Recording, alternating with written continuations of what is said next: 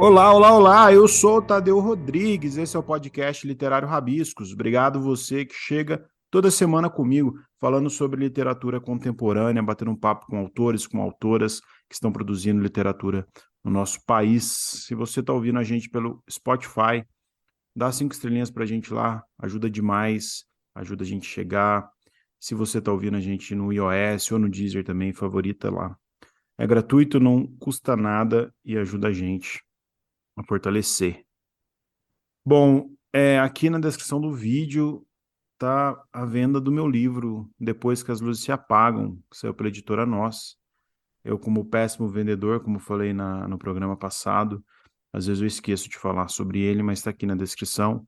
Então, se você quiser conhecer o meu romance, é só clicar lá. Quem quiser trocar ideia, pedir ele autografado também, é só falar comigo que a gente dá esse jeito. A gente continua com o Clube de Conto da Editora Reformatório, parceria com o Rabiscos. Quem quiser participar, é só me chamar ou entrar em contato com a Editora Reformatório, que todo começo de mês a pessoa recebe um conto e na última segunda do mês a gente discute esse conto com o autor ou com a autora. É muito legal. O episódio passado a gente bateu um papo com o escritor Tanto Tupiaçu, querido Tanto, quero deixar um beijo para ele. Ele que foi um simpático entrevistado que contou um pouco aí sobre o seu livro, falou um pouco sobre a morte, o sobrenatural, sem tabus, com muita originalidade. Então, se você não ouviu o episódio passado, contanto, tá aí, tá bem legal. É isso, acho que não tenho mais recados da paróquia. Da minha aldeia, vejo quanto da terra se pode ver no universo. Na cidade, as grandes casas fecham a vista à chave, escondem o horizonte, empurram o nosso olhar para longe de todo o céu. Tornam-nos pequenos porque nos tiram o que nossos olhos nos podem dar e tornam-nos pobres porque a nossa única riqueza é ver. Com essa pincelada do Alberto Caeiro, quero começar o nosso papo de hoje, que é um pouco terra, que é um pouco camadas, que é um pouco família e é um tanto de sentimento. Vou falar hoje com a poeta Bianca Monteiro Garcia, que é escritora carioca, é editora da Macabé Edições, a gente vai falar disso também, e da Taioba Publicações, é formada em letras, especialista em literatura brasileira pela UERJ, e ela está lançando seu livro Breve Ato de Descascar Laranjas, a Macabé Edições, em parceria com a Sete Letras. Seja bem-vindo, Bianca. Obrigada. Eu agradeço a você por ter me concedido esse espaço. Eu lembro que quando a gente começou a conversar, eu falava, vamos lá falar da Macabé, e você me falava assim, vamos, eu estou quase terminando meu livro, aí a gente vai e divulga meu livro, e agora estamos aqui com esse livro maravilhoso. Feliz demais de estar com você. Também estou Bianca, feliz. queria falar do livro, antes da gente começar a falar dele propriamente dito, eu queria falar um pouco do físico, do estado físico desse livro, que ele é maravilhoso. É um pouco clichê a gente falar de forma de livro, mas o seu livro não tem como. Ele tem fotografias, ele tem páginas azuis, escrita com tinta branca, ele tem uma paleta de cor azul e creme que é maravilhosa, assim. Eu queria que você começasse falando um pouco disso, para o pessoal saber que está nas minhas mãos uma obra de arte enquanto elemento físico também, assim, um livro bonito mesmo, de fato. Uhum. Então, ainda antes, quando eu estava escrevendo o livro, eu acho que eu estava escrevendo a parte 3, né? Que é a parte da loucura, digamos assim. Eu já tinha na minha cabeça que o livro precisava ser todo azul. Eu só não sabia como fazer isso, né, em termos mercadológicos, porque não é muito inteligente fazer isso, né? Porque a gráfica é muito cara, que imprimir colorido no Brasil é muito caro, muito caro. Mas eu precisava que esse livro fosse azul, né? E pensando na cenotipia, as imagens, né, dos cenótipos, elas já estavam também como projeto de livro antes do livro ser montado como original, assim. Já pensava nisso, transformar os analógicos em cenotipias, né? E aí a gente contratou a Carolina Brown. Ela foi responsável por fazer essa, digamos assim, essa transição, né, para a cenotipia. E essa era a certeza que eu tinha, que pelo menos as páginas das fotos, das fotografias, elas seriam em azul, justamente para preservar o cianótipo, né? Só que para mim não faria sentido as letras, né, a fonte, digamos assim, as páginas ficassem em preto e branco. Eu acho que não teria um projeto gráfico coeso, sabe? Acho que daria um choque ali com a cenotipia. Então precisou que da gente fazer esse projeto mesmo assim, digamos assim, meio ambicioso, porque é realmente muito caro, né? E a gente não queria colocar um preço de capa caríssimo também, então, assim, em termos de venda, agora falando como editora, né? Não é uma coisa que deveria ser feita enquanto editora independente, mas eu falei, ah, cara, tô ralando a beça aí, na Macabeia, e esse livro aí tem que ser azul pelo tema dele, né? Agora entrar no tema, né? É um tema que fala do luto, da loucura, da clausura, costurados, todos esses temas costurados pelo fio da memória. E quando eu penso em loucura, quando eu penso em luto, eu penso numa cor fria, né? Então, por exemplo, a Pizarnik, ela traz o lilás, né? É muito lilás a poesia dela. Ela evoca muito lilás. E eu já tenho essa obsessão pelo azul. E também fazendo jus à epígrafe que abre a terceira parte do livro, né? Que é da Maura Lopes Cansado, ela diz: uma cidade triste, de uniformes azuis e jalecos brancos. Então, é exatamente nessa parte, na parte 3 que eu inverto, né, as cores. Antes havia uma predominância da folha, digamos assim, em branco, não em branco, porque é a paleta creme que você disse, né, do papel pólen. E agora a gente inverte, né? A gente coloca a página toda azul. Porque é justamente isso, né? Aqui nessa parte da internação psiquiátrica, é, quantos são os pacientes e quantos são os enfermeiros, os médicos, né? Os médicos simbolizam os jalecos brancos e os pacientes simbolizam essa galera que tá de azul, né? Inclusive o uniforme azul. E eles são predominantes. Então, deveria realmente ter essa inversão das cores, né? Para fazer jus a essa parte do livro. Legal. Então, Só pode fazendo falar. um parênteses aqui, dentro disso que você está falando, antes da gente entrar propriamente na história, você falou como editora também que é, né? Você tem uma editora Macabea e você falando, conversando consigo mesmo, né? Você se publicando, pensando nessa estrutura, nessa beleza, e ao mesmo tempo como editora pensando na viabilidade financeira disso também, no alcance disso também. É, o quanto de ter uma editora independente influencia ou influenciou no ato de compor seu livro? Então, eu escrevo um pouquinho antes, né, de ter a editora. Na verdade, assim, escrever, digamos assim, escrever qualquer coisa, poesia, né, dentro da poesia, eu escrevo desde os 11 anos de idade. Só que eu não me considero escritora desde então, porque eu acho que a gente tem que ter um trabalho, né, uma consciência da própria escrita. Não é só escrever, é lapidar, a arquitetura do texto. Acho que tudo isso está envolvido no ato de escrita.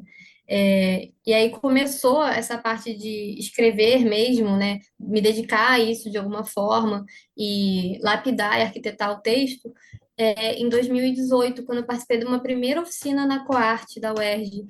É ali que eu comecei a entender que não precisa de inspiração para escrever, inclusive, né? A gente pode meio que realmente suar no texto, o texto como trabalho, né?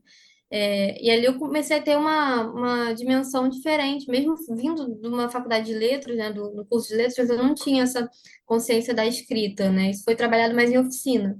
E aí, desde então, eu virei oficineira, assim, fazendo oficina mesmo, escrevendo nas oficinas, entendendo o meu processo de escrita, guardando na gaveta, pegando depois, né? Arquitetando texto, às vezes trazendo realmente o manual de instrução para a parte da escrita, né? As oficinas, elas têm muito disso, as oficinas de criação literária.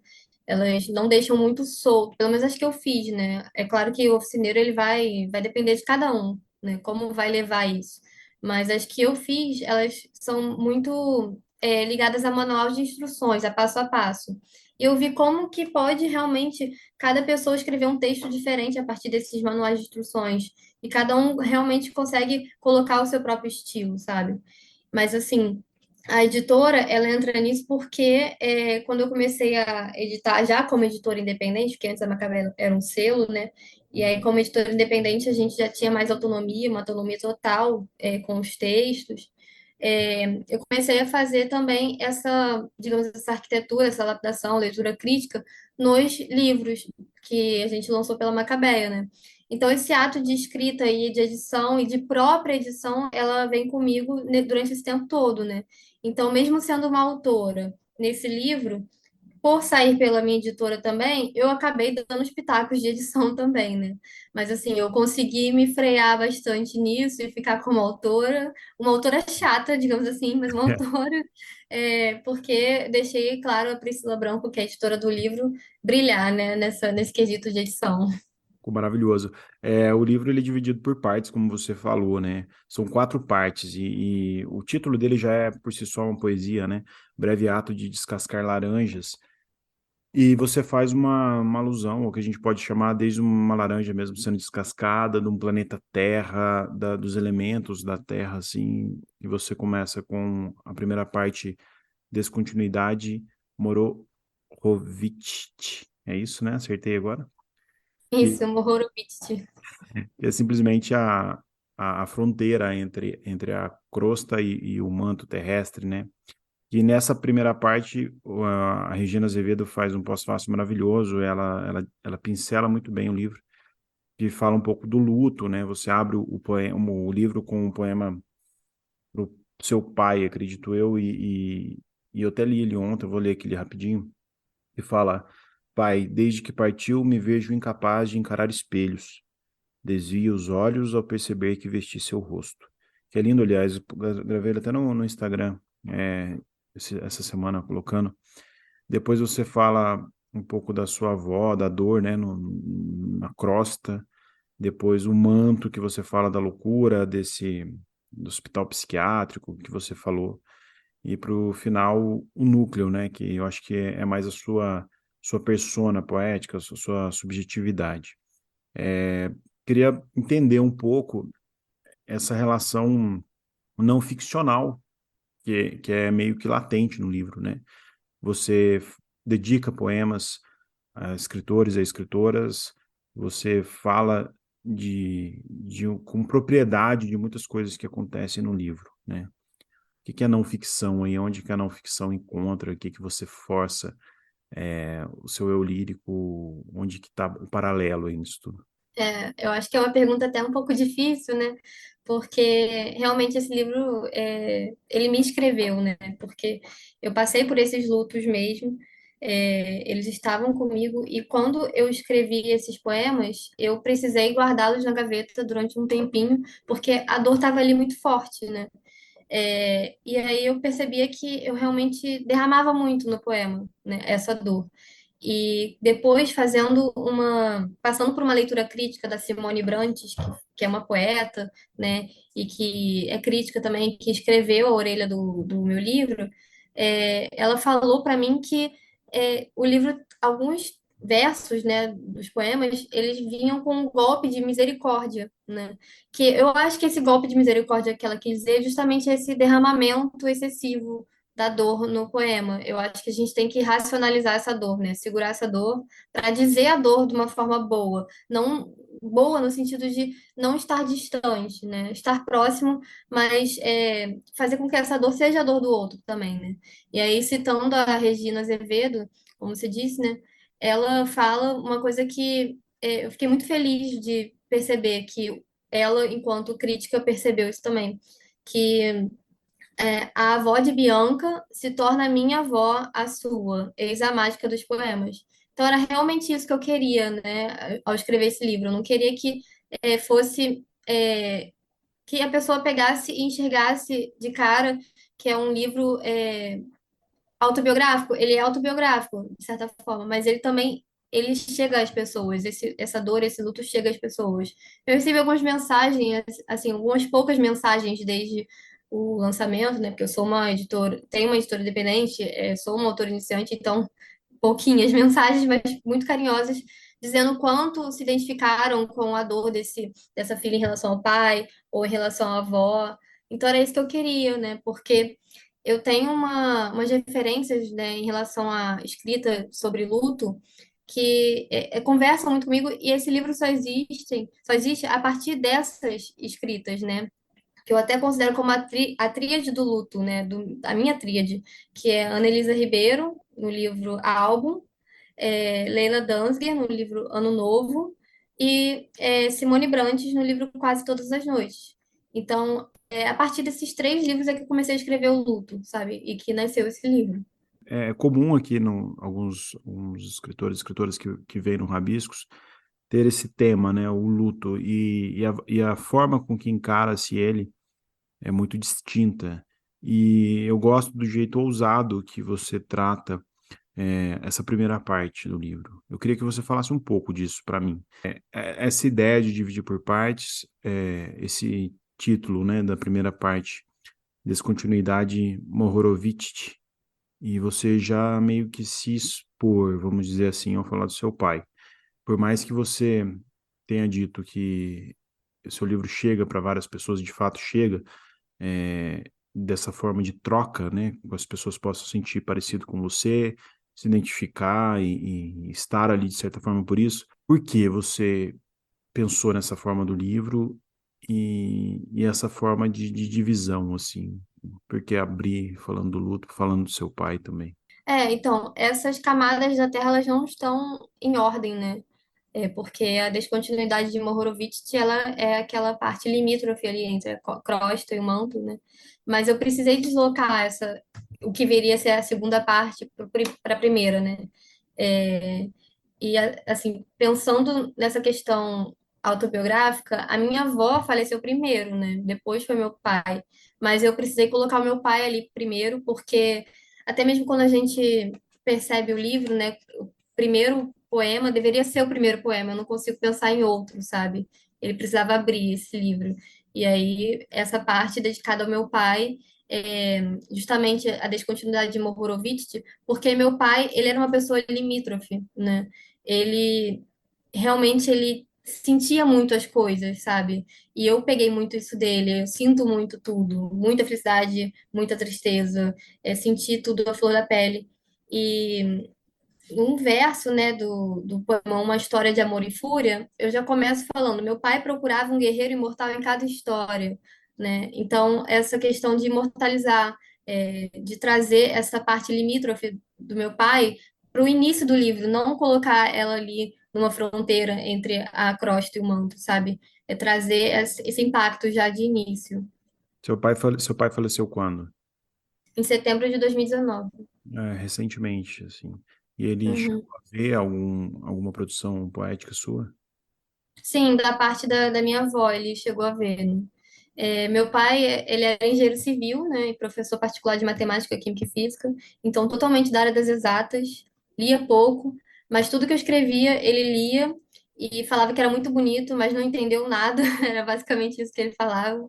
E ele mandava sempre para um amigo dele, o Bartô, que é poeta, né? E com muito orgulho, assim, ele era a pessoa que mais me incentivava a escrever nesse sentido, porque ele estava sempre me apoiando, mesmo não entendendo nada que eu escrevia. Ele falava que era muito subjetivo, muito abstrato, mas achava bonito, né? Eu digo assim que parece até que ele é a única pessoa assim próxima a mim, da minha família, que me incentivava, né? E ainda me incentiva, né? Não fosse por ele, por mais que seja por razões trágicas, esse livro não existiria da forma que ele é, né? Meu pai está muito ali, ele está presente na primeira parte toda, né?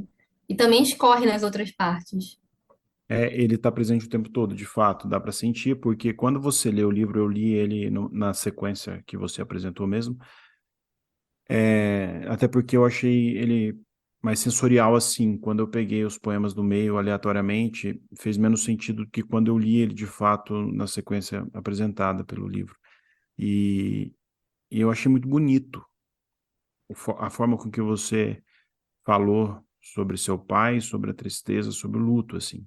Porque quando a gente entra na crosta, que talvez seja um capítulo uma ode à dor, assim, né, da sua avó, o leitor está preparado. Parece que eu estava preparado e já muito silencioso, né? Porque tem livro de poesia que me deixa mais inquieto e mais barulhento. O seu livro me deixou absurdamente silencioso, assim.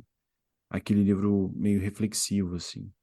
Eu queria que você falasse um pouco da relação com a sua avó também, que é isso que você escolhe da segundo tom, né, do livro com a parte da crosta. Eu já Uhum. falei crosta e já falei crosta, né? Então, o ouvinte decide qual que é o certo. Aqui a gente fala crosta, mas, né, certo ou errado. É, então, a minha avó, a relação com a minha avó era muito ligada também à comida, né? Eu aprendi a cozinhar algumas coisas com ela, em especial doces. Eu carrego hoje, até hoje, comigo as receitas dela, o caderninho de receitas com a caligrafia dela, né? Eu levo isso para as oficinas que eu faço sobre luto, para trabalhar a caligrafia. É, e eu digo assim que a minha maior herança da minha avó é isso, né? As receitas dela de sonho, pudim chinês, e isso aparece no livro, né? Tem alguns poemas que aparecem, que eu falo sobre batatas doces, pastéis de Romeu e Julieta, pudim chinês, estrogonofe, isso aparece muito nessa parte.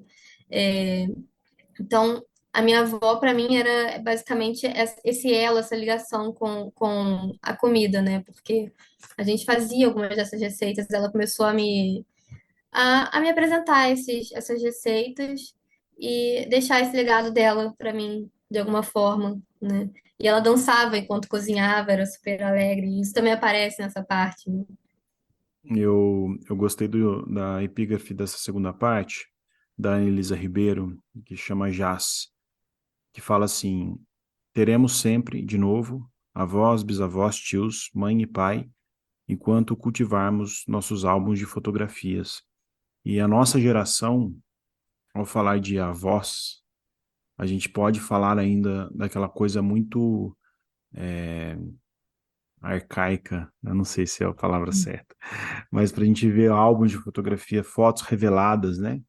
Talvez nós sejamos avós no futuro digitais, né? Nossas fotos todas em nuvens e em redes sociais.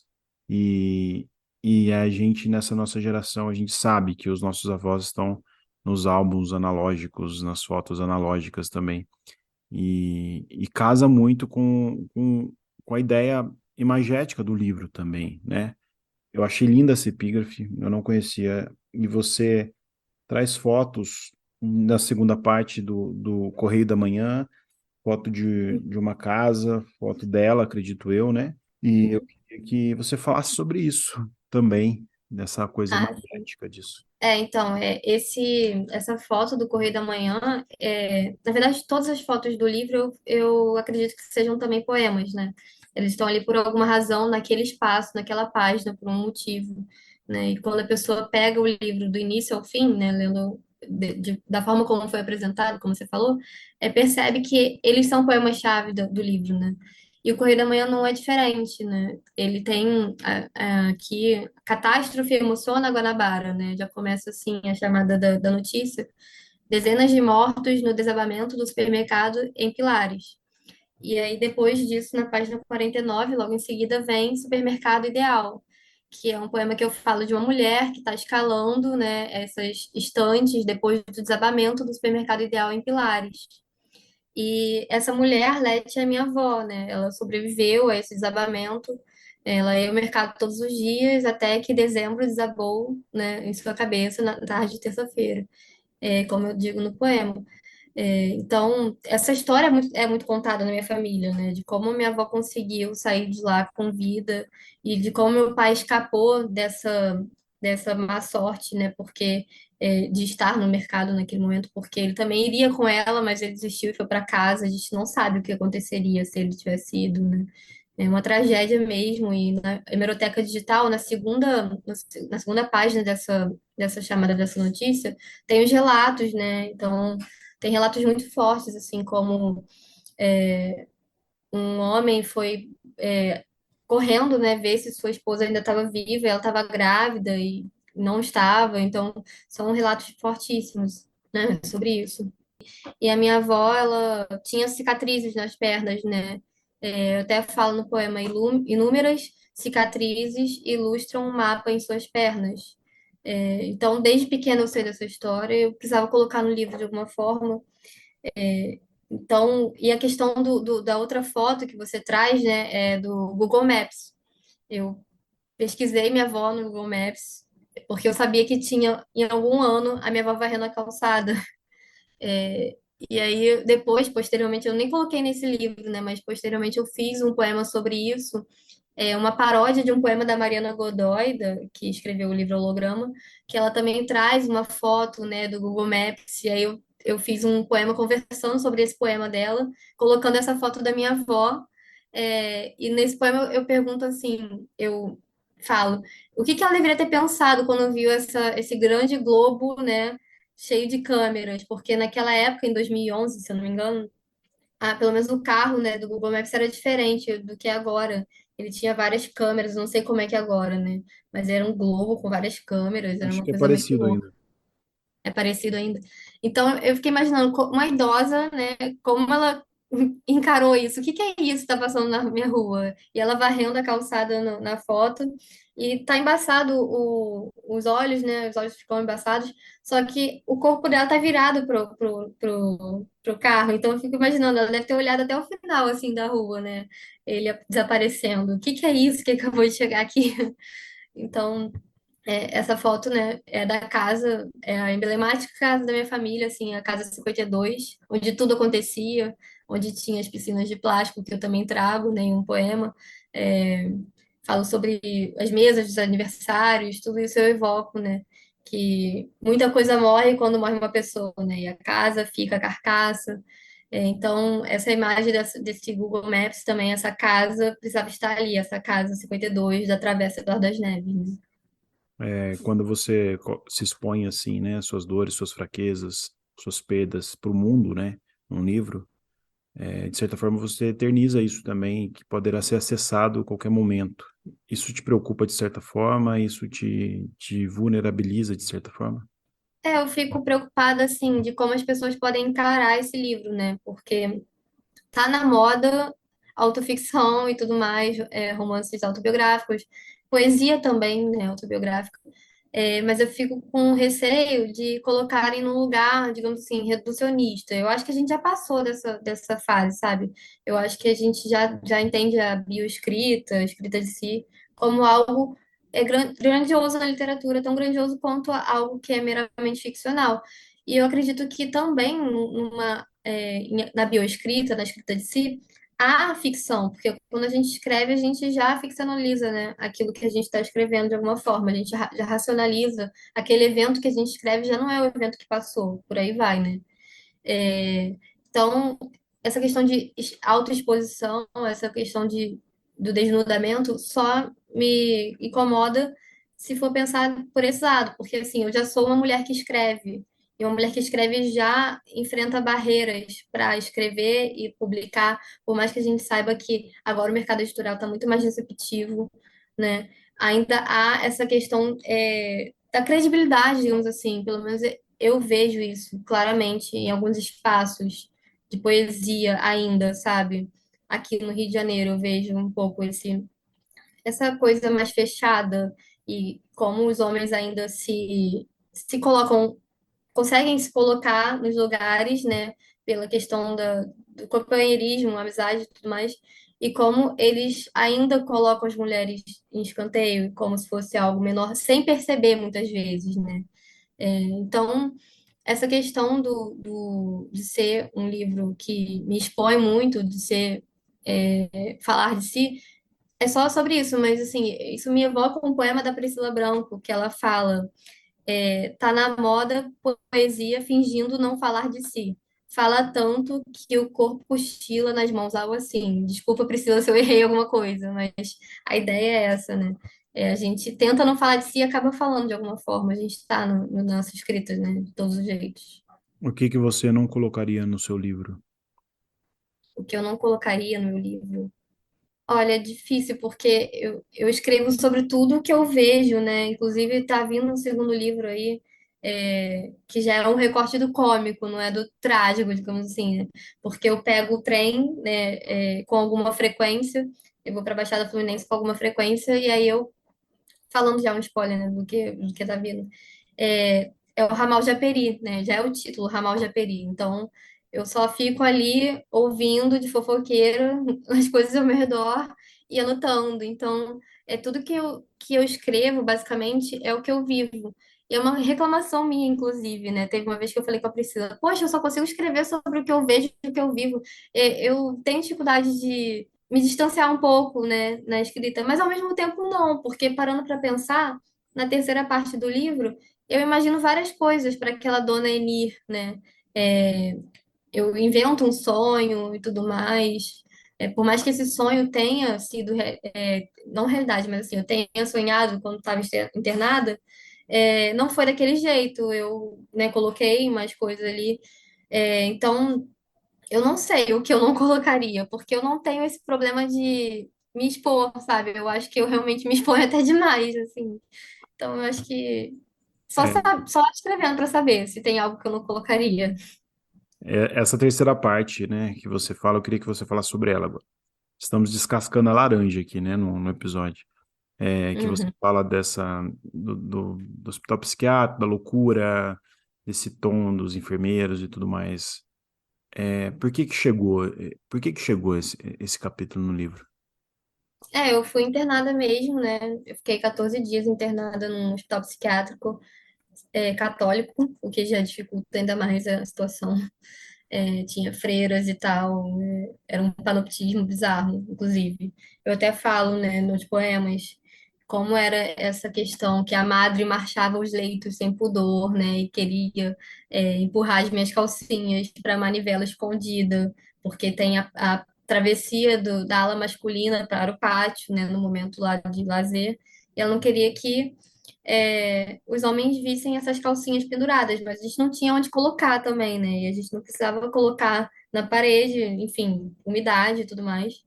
Então ela pegava bastante no meu pé porque eu era uma pessoa ali dentro também que contestava muita coisa que via de errado, muitos maus tratos e tal. Eu não ficava quieta um segundo.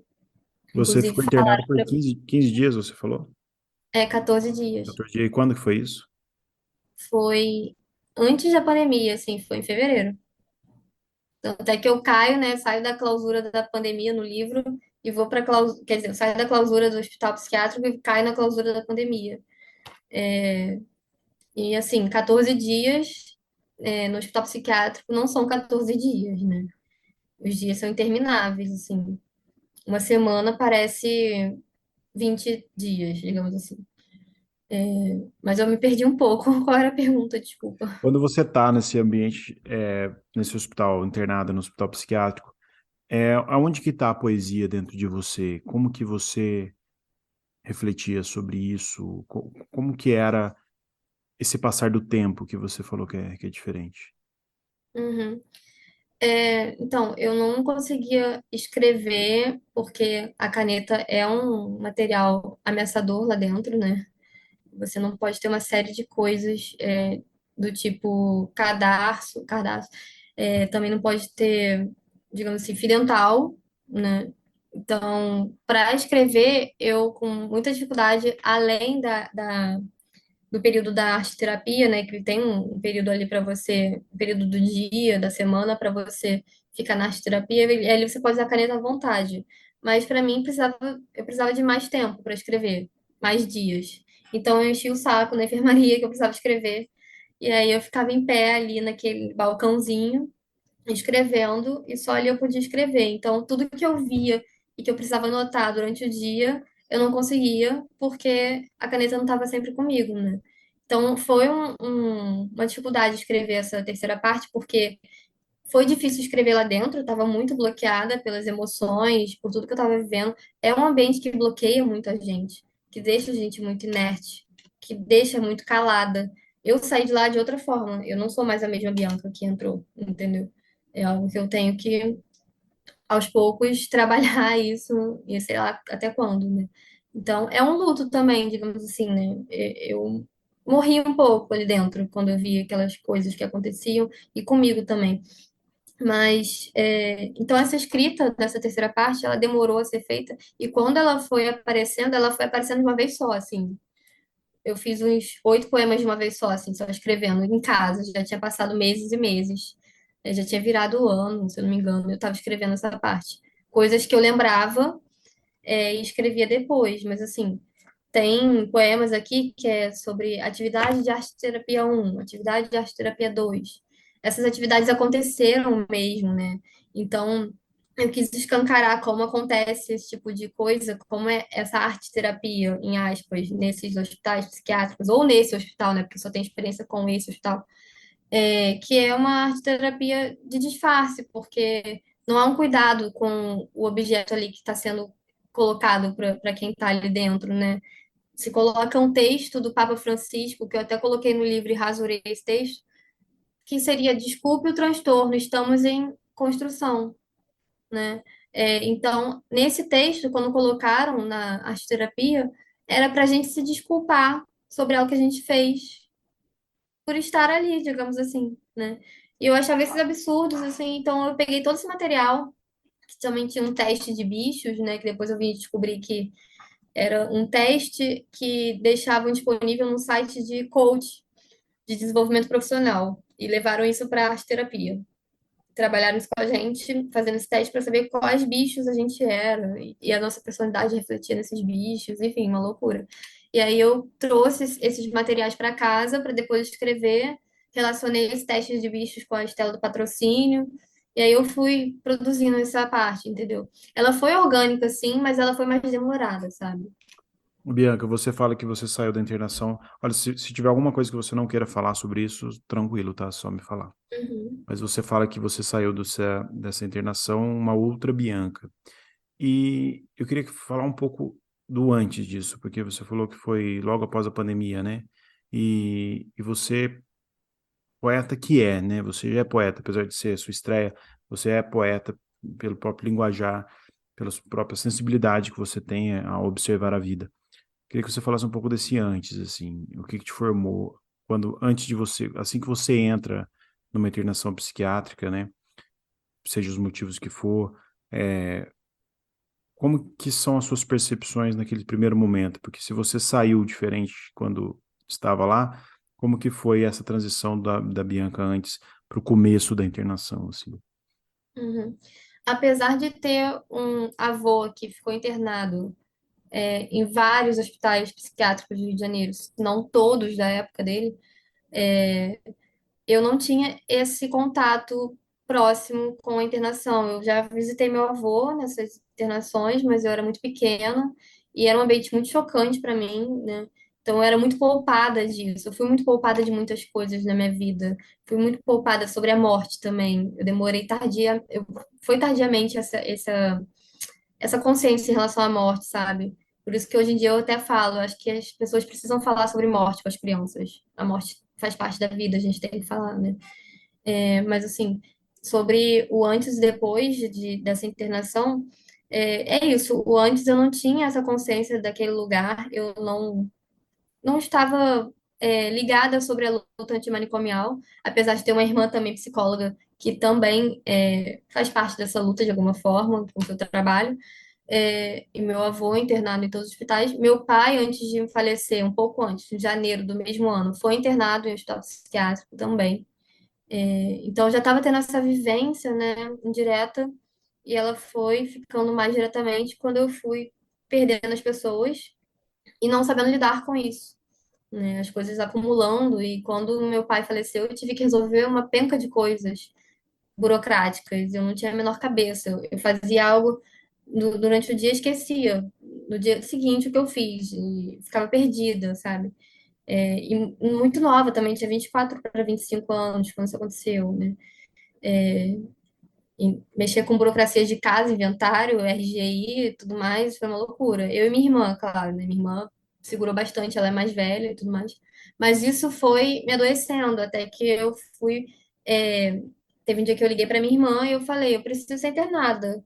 E aí ela não entendeu muito bem, mas ela chegou aqui, eu tava com a minha mochila, com as minhas roupas, achando que eu ia usar minhas roupas lá, né? totalmente alienada em relação ao hospital psiquiátrico, ironicamente, né? Já ter histórico na família e não estar ligada nisso. Apesar também do meu avô chegar várias vezes na minha casa, fugindo do hospital e com uniforme, eu me esqueci completamente dessa questão do uniforme. Eu levei minhas roupas. Quando eu cheguei lá, teve a triagem e tudo mais.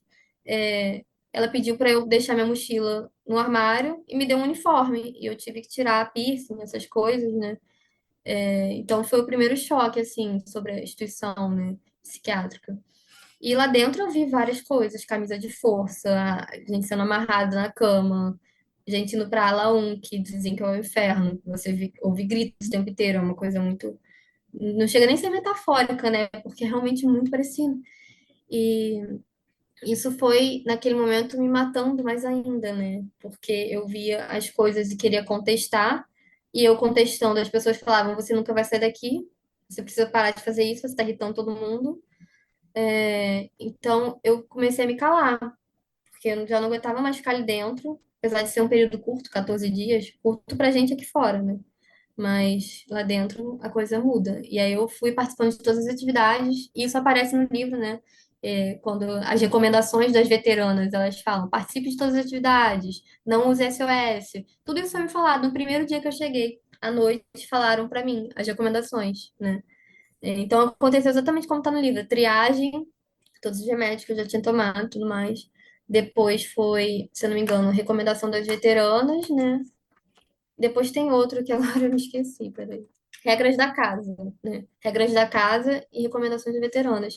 Esses poemas, assim, que estão no início dessa parte 3 eles são fundamentais para entender a questão do hospital psiquiátrico, né? De como traz uma clausura para o indivíduo, né, lá dentro.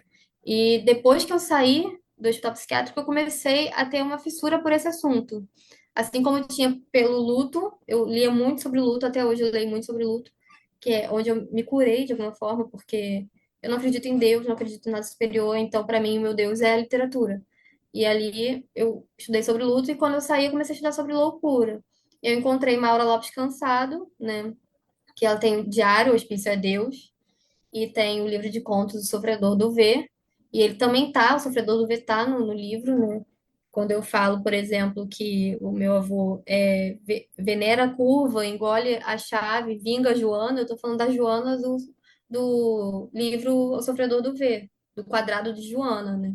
Que é uma personagem que fica andando, ela fala quadradando, né, o perímetro.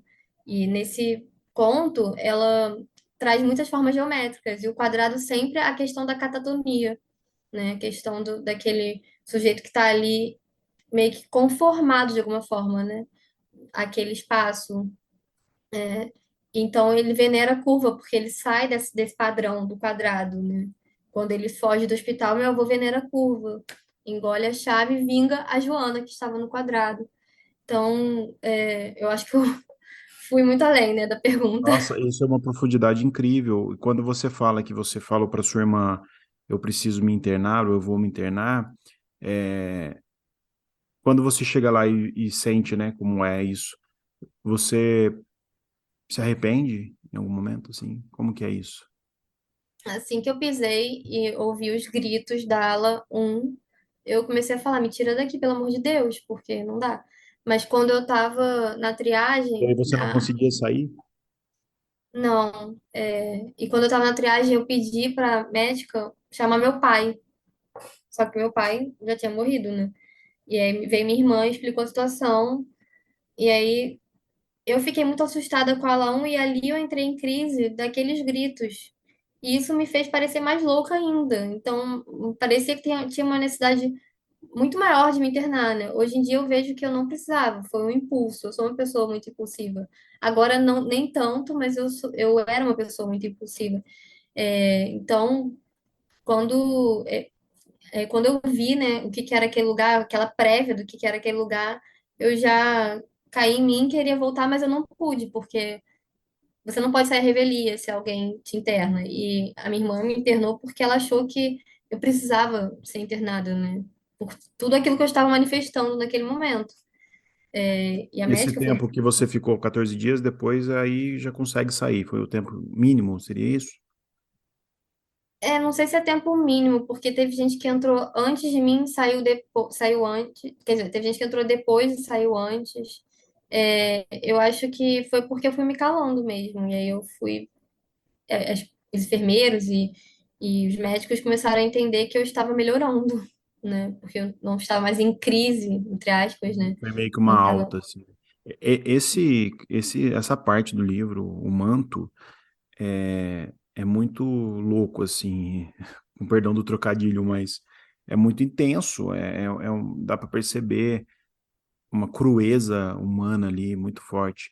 E, e eu, por exemplo, que venho de uma família que é católica e fala muito do manto de Nossa Senhora, eu fiz até uma alusão a isso, assim, quando eu vi hum, o manto do manto mesmo, né? E eu achei muito profundo, né? Tanto que eu marquei várias coisas, né, nessa parte aqui, justamente para poder falar, né? Isso que a gente bateu o papo agora, justamente para poder te perguntar isso, para entender onde que estava o seu corpo, a sua cabeça nisso tudo, quando foi composta essa parte da poesia. Ô, Bianca, eu queria que você lesse alguma coisa pra gente, só pra gente situar o ouvinte, algum poema, seja dessa parte, seja de outras partes do livro. uhum. Eu vou ler então 71 Flores no Edredom.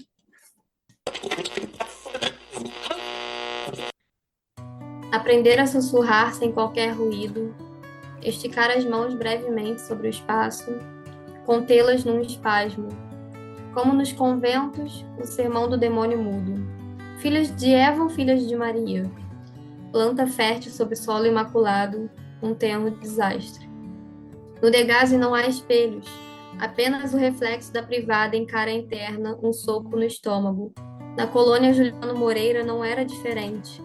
Loucas e histéricas, histéricas e loucas são as que ocupam a ala feminina. Os outros da ala masculina só são perdidos, drogados, quando não tarados. Você fica vulnerável dentro de uma banheira, em especial numa ditadura teocrática, travestida de manicômio, com hora marcada para deixar a água. Talvez o tédio seja erótico quando são as mulheres ao fazer para os homens, como bater continência em dias frios. Existem 71 flores neste edredom. 71. O sol do fim da tarde ilumina o baú encostado ao pé da cama. Demarca o limite de espaço que posso percorrer. Antes era cárcere, agora o quê? Olhos sujos no relógio da torre, vigiam e oram os olhos de Deus.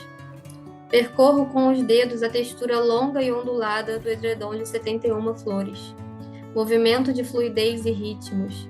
Viajo sem sair do perímetro do quarto. Dançarinas esguias de branco passam rápida e graciosamente. Entre as árvores, os últimos lírios. Sobre o palco do Teatro Municipal, antes da bomba de gás lacrimogêneo, pernas ligeiras e autônomas escondem pés mutilados e joanetes. O tempo, o tempo é ainda de fezes, alucinações e espera. Um rato está livre para ir para qualquer lugar do labirinto. Corpo cativo, alma liberta, é como são adestradas as incubadoras do Estado, quando não assassinas do próprio ventre. Bíblia sim, Constituição não, não somos maçons. No edredom tem 71 flores. Tem 71 flores no edredom. Lindíssimo poema. E forte também, né? Então, ele tem, sem querer dar dicas ao leitor, mas assim, já dando, né? Eu faço uma dedicatória a Margaret Atwood, e esse poema só existe porque tem um trecho do conto da Aya que ela tá contando as 71 flores no edredom, né? E tem na série também essa parte. E aí assim como no livro inteiro, eu faço citações de versos de poetas, aqui também tem, né? Referências claras a essa passagem do conto da Aya, que é o tédio, né? Talvez o tédio seja erótico quando são as mulheres ao fazer para os homens. Essa parte tá no trecho do livro. É, mas aqui também eu evoco Drummond, né? olhos sujos no relógio da torre, vigiam e oram os olhos de Deus. Esse verso, olhos sujos no relógio da torre, é do poema A Flor e a Náusea, né? Que é uma flor brotando do asfalto. Mas também tem aqui Antônio Vieira, Padre Antônio Vieira, quando eu falo do sermão do demônio mudo, que é filhas de Eva ou filhas de Maria, que é o demônio mudo é o espelho, né? Então eu trago o espelho porque, né, assim como no Degaze, e nos hospitais psiquiátricos não se pode ter espelho porque é uma ameaça, o espelho quando quebra é uma ameaça, né? Aqui eu trago o demônio mudo já nessa questão da igreja, né, do catolicismo, porque a questão do demônio mudo nos conventos já é outra, não é porque o espelho é uma ameaça letal, mas é porque é uma ameaça em relação à vaidade, a mulher vai ficar se olhando muito e vai esquecer de Deus, digamos assim, resumindo bem o sermão do demônio mudo, né? Resumindo bastante, é um ótimo sermão, assim, no sentido de retórica, é uma retórica É absurda. fantástico. O Antônio Vieira, né, uma retórica absurda. Então, são algumas das referências, né? E depois volta Drummond aqui, que é o tempo é ainda de fezes, alucinações e espera. Essa parte do que eu venho do Teatro Municipal, com a bomba de gás lacrimogênio, aqui evocando as manifestações de alguma forma, é porque é esse corpo que está sendo adestrado, né, dentro do hospital psiquiátrico, tentando fazer uma resposta a uma reação a todo esse adestramento, né? Então, é um adestramento de um corpo que quer ser, que quer fazer esse corpo ser é, católico, digamos assim, né, por ser uma instituição psiquiátrica católica, que quer que esse corpo venere a Deus também, mas que quer que esse corpo seja adestrado de qualquer forma para ter as regras da casa serem feitas, né? E Então, é inevitável não notar que após esse poema, você fala uma referência do Goethe, né, o sofrimento do jovem Werther, logo na sequência, assim, é uma coisa que parece que você sai de uma situação de tédio, né, podemos falar assim, e depois você já vem com um poema mais de impacto, assim, né, sobre, uhum, sobre isso, assim. O que você tem a sim. falar sobre o efeito Werther? Eu acho que assim, a pulsão de morte ela está atrelada à pulsão da vida, né? Onde há pulsão de morte, há pulsão de vida. Então, esse corpo reagindo a esses estímulos que são desestimuladores, né? De que traz o corpo a morrer a cada dia, morrer em vida, né? Mas essa vida está ali tentando combater esse desejo da inércia, essa inércia fazendo a pessoa ser engolida. Eu acho que é um pouco isso, esse poema, né? É uma mistura de. Eu acho que eu sempre recorro a ele quando eu falo dessa parte, porque ele é meio que uma síntese, ao mesmo tempo não, porque ele é um poema enorme, mas é um poema que eu acho que é meio que principal dessa parte, sabe? Assim como Descontinuidade de Mohorovic é o principal da parte um, eu vejo dessa forma, porque eles estão ali na meiuca, mas eles trazem e evocam todas essas partes, né, do livro, de alguma forma elas estão ali. Você fecha o livro, né, falando do núcleo, que eu acredito que é esse tom lírico mesmo, essa talvez a parte mais poética do livro, no sentido mais subjetivo, assim. Núcleo, ele foi escrito, alguns poemas foram escritos na pandemia mesmo, outros vieram depois, assim, é, quando o Mundo Baldio veio na pandemia, eu estava, como todo mundo, em casa, isolada, né, e eu estava lendo Carla Giacobbe no momento, e ela tem essa coisa de observar as coisas pequenas dentro de casa, né? Então, essa coisa da formiga aparece em algum dos poemas dela. Eu trouxe no Quando o Mundo Valdio vários versos dela de alguma forma, né, modificados. Tem um verso que ela escreve A cidade cercada e nós nas bolhas, e eu complemento um novo jeito de habitar trincheiras, né?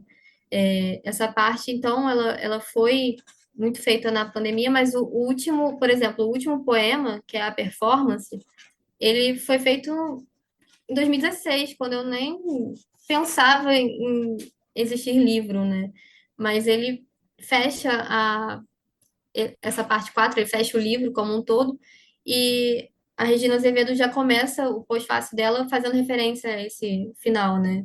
que é um poema que fala: a performance não há potes de ouro, língua também é corpo. E outro dia me lembraram, não há troféu na linha de chegada. Esse poema surgiu num desses potinhos, assim, sabe, com versos aleatórios. Eu fui puxando os versos e ele surgiu. Foi num evento de lançamento de um livro que eu editei, tinha esses potinhos em cada mesa, e eu fiz esse poema, assim, muito ao acaso. Então, a produção dessa parte, ela, né, tem muito da pandemia, mas tem essa coisa das listas, eu trago muito as listas, né? Tem poema que eu fiz jogando no Google, por exemplo, joelho, eu joguei a palavra joelho, e tudo que veio no histórico eu fui colocando, né? E ele fecha. Sonhar com joelhos, sobretudo com joelhos humanos, lesões no menisco, inflamações, recheios, só pode significar uma coisa: falta de emprego. Então eu botei joelho no Google, Muito apareceu bom. aquele histórico, tudo, né? Articulação do joelho, movimentos, tudo isso eu coloco. E aí no final eu fui procurar o que que significava sonhar com joelhos. Estava lá, falta de emprego. Então é muito técnico, assim, né? Essa parte é meio técnica. É, Você disse que é mais poética, né? Curioso isso. É, Você sabe por que que eu achei a mais poética? É pelo seguinte, ela tem essa objetividade que você fala, mas o poético que eu quero dizer é que a primeira, segunda, terceira parte, facilmente eu identifico você ali no livro. A Uhum, quarta parte eu já não identifico você mais. Parece que a poesia está ela por ela. Não sei se eu me fiz compreender. Então, para mim, é a mais poética nesse sentido. Não digo tanto da parte sentimental, talvez, mas a parte mais poética, desprendida das três primeiras partes que eu vi muito você ali. Acho que é mais o uhum, sentido que eu quis dizer. sim. Ao mesmo tempo que é aquilo, né? Tudo que tá aqui, até mesmo na quarta parte, apesar de ter essas partes técnicas de colocar no Google e tudo mais, eu vivi de alguma forma, né? Por Uhum, exemplo, é uma coisa muito boba, mas eu sonhava muito com o meu joelho, não me sustentando mais em pé, né? Então, eu uhum. coloquei lá. Eu precisava fazer um poema sobre o joelho. Muito E boa. tem uma parte que é treinamento de hemisférios, é um poema, né? Que eu falo sobre o binóculo, um binóculo que surgiu no Uhum. chão do meu quarto, é página 109. É, e eu lembrei, eu estava arrumando meu armário e esse binóculo surgiu na minha frente, isso recentemente, não aos 6 anos de idade. E aí eu lembrei disso, que eu botava o binóculo quando pequena, ao contrário, né? Colocava, em vez de colocar a lente pequena que amplia, eu botava ao contrário e ficava olhando a minha irmã. Então a minha irmã ficava mais longe ainda de mim, né? Então eu trago essa relação da minha irmã, a questão, digamos assim, de hierarquia, né? Do irmã mais velha para a irmã mais nova. E esse truque do binóculo, de colocar essa irmã, enfim, horizontal, né? Ou seja, acessível. é, Foi a partir de um dia que eu estava aqui arrumando meu armário e vi um binóculo, que era o binóculo da minha infância, sabe? Então, apesar de ter um distanciamento, tem muito eu ali, mas é realmente mais, não sei se subjetivo é a palavra, mas é uma coisa mais escondida, né? Acho que isso. É lindo. Bianca, adorei o papo, coisa incrível, muito bom te conhecer mais também. A gente se conhece das redes, poder passar aí uma hora junto, trocando ideia e te ouvindo e te aprofundando também, te torna para mim uma poeta ainda maior, assim. Onde que o pessoal te encontra, onde o pessoal encontra seu livro, como que o pessoal acessa também a Macabé, se vocês publicam, manda original, como que é tudo isso? Então, eu tô no Instagram, né? Tanto o meu pessoal, que é @Bianca M. Garcia _, e o da Macabea, que é @Macabea Edições. E a gente nunca abriu a chamada de originais, né? Mas a gente sempre recebe. Só que a gente é uma editora lenta porque é composta basicamente por mim e pela Priscila Branco e a Caroline Silva fazendo a diagramação. Então, a gente é muito criteriosa em relação à revisão, a todas as etapas. Então, a gente nunca abriu a chamada, né? Mas a gente recebe ao mesmo tempo e a gente lê o que a gente recebe, né? Então, não está aberta, mas a porta está entreaberta, digamos assim. E muito Sim, obrigada, assim, pela interessante. oportunidade. É um podcast que eu admiro muito. Você conduz muito bem, assim, sabe? As perguntas, eu venho acompanhando na internet todo o seu trabalho como escritor e também como produtor cultural, digamos assim. E é um prazer estar aqui no Rabiscos. Obrigado, fico muito feliz, fico de portas abertas. tendo coisas interessantes da Macabeia também. O Rabiscos está aqui para isso, né? A finalidade do Rabiscos é a divulgação da literatura contemporânea, não tem outro propósito de ser. E eu fico muito feliz de poder conhecer e estreitar laços com escritores incríveis como você, e que também produz cultura aí no mundo. Obrigado, viu?